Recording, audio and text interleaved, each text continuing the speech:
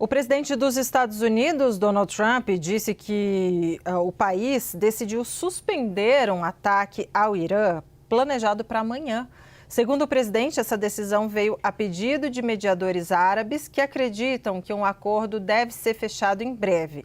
A Priscila Yazbek tem as informações ao vivo de Nova York, ou seja, haveria um grande ataque amanhã e ele disse que a pedido dos mediadores ele desistiu desse ataque. É isso? Como é que está repercutindo por aí? Exatamente, Débora. Boa tarde mais uma vez a você, ao Yuri, a todos que nos acompanham. A gente vinha falando mais cedo sobre conversas entre Estados Unidos e Irã, intermediadas pelo Paquistão, que essas conversas estavam em meio a um impasse e que, diante disso, o governo Trump estaria preparando um novo ataque ao Irã. E agora chegou essa informação, então, nessa publicação que Donald Trump fez nas redes sociais, dizendo que os Estados Unidos suspenderam esse ataque que estaria planejado contra o Irã para essa terça-feira, e ele disse que a decisão foi tomada depois de um pedido dos líderes do Catar, da Arábia Saudita, dos Emirados Árabes Unidos, enquanto as negociações para encerrar a guerra se tornam mais sérias. Ele também disse que os líderes árabes estão otimistas em relação às perspectivas de um acordo aceitável para os Estados Unidos e os seus aliados no Oriente Médio, mas, ao mesmo tempo, ele também manteve o tom duro e de ameaças e disse que os seus líderes continuam preparados para avançar com um ataque em grande escala contra o Irã a qualquer momento, caso um acordo não seja alcançado. Mais cedo a gente vinha falando sobre essa nova proposta que o Irã enviou aos Estados Unidos com intermédio do Paquistão e, segundo uma autoridade iraniana que conversou com a agência de notícias Reuters, essa proposta é muito parecida com outras propostas que haviam sido enviadas anteriormente aos Estados Unidos e que haviam sido rechaçadas. No final de semana, os Estados Unidos, o presidente Donald Trump, inclusive disse que essa proposta que havia sido feita pelo Irã era considerada um lixo, nas suas palavras, portanto mostrando a sua rejeição total a essas conversas. Ele também disse em uma entrevista à Fortune nessa segunda-feira que o Irã faz algum tipo de acordo e conversa sobre algum tipo de negociação para depois voltar atrás sobre essas negociações. Isso mostra de fato a dificuldade de as partes chegarem a um consenso. Isso também foi relatado por uma fonte paquistanesa, a agência Reuters, que disse que essas conversas continuam muito difíceis e disse também que as duas partes continuam mudando as suas linhas de chegada.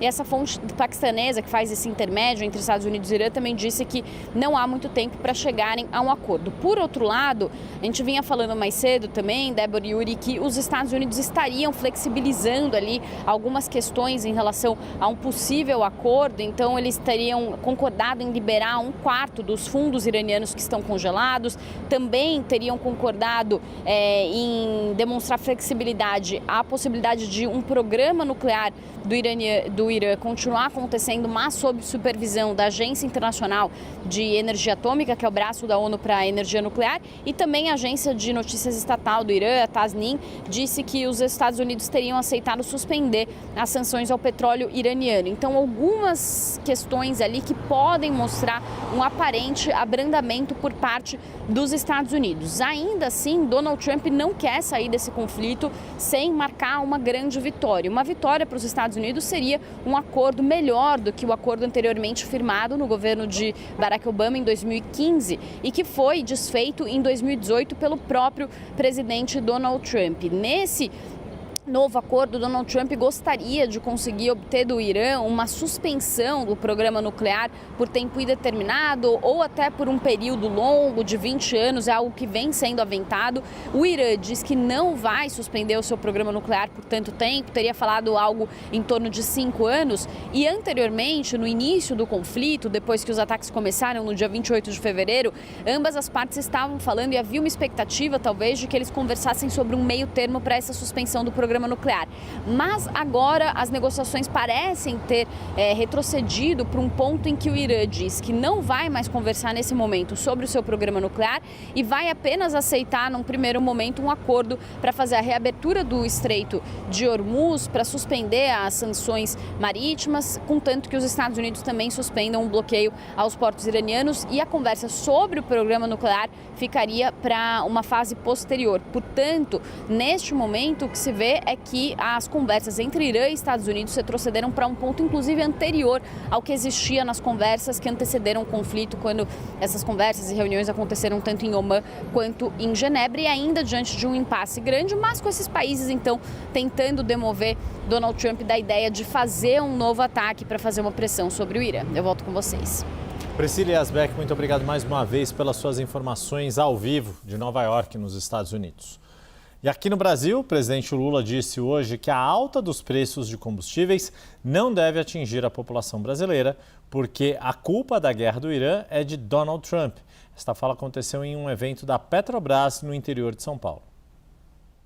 Nós estamos cobrando o imposto das exportações do petróleo para que a gente possa subsidiar o preço do diesel, o preço da gasolina, para não sobrar no bolso do povo brasileiro, para não sobrar no motorista de caminhão, para não sobrar no motorista de carro. Nós estamos tirando dinheiro da própria Petrobras, estamos tirando dinheiro do orçamento do governo para não permitir que esse prejuízo chegue ao povo brasileiro, que ele não tem culpa da guerra do Irã. A guerra do Irã é culpa do Trump, não é culpa do brasileiro e não é culpa de ninguém. Lula também falou que para combater a corrupção na Petrobras é preciso mandar prender o dono de empresas com relações fraudulentas com a estatal. Além de defender a punição individual de executivos, Lula afirmou que os métodos da Operação Lava Jato tinham a intenção de destruir a imagem da Petrobras. Vamos acompanhar. Se você tivesse na Petrobras uma empresa que fizesse corrupção, o jeito de você combater, o que era? Não era atrapalhar a Petrobras ou atrapalhar os trabalhadores. Manda prender o dono da empresa. Rompa o contrato com aquela empresa sem prejudicar os trabalhadores, sem prejudicar a imagem da empresa. Mas a impressão que eu tinha é que eles fizeram para prejudicar a imagem da empresa. Mas a Petrobras é brasileira e o brasileiro não desiste nunca. A gente não desiste. Estamos aqui de cabeça erguida, sendo mais forte do que a gente era e vai ser muito mais forte amanhã.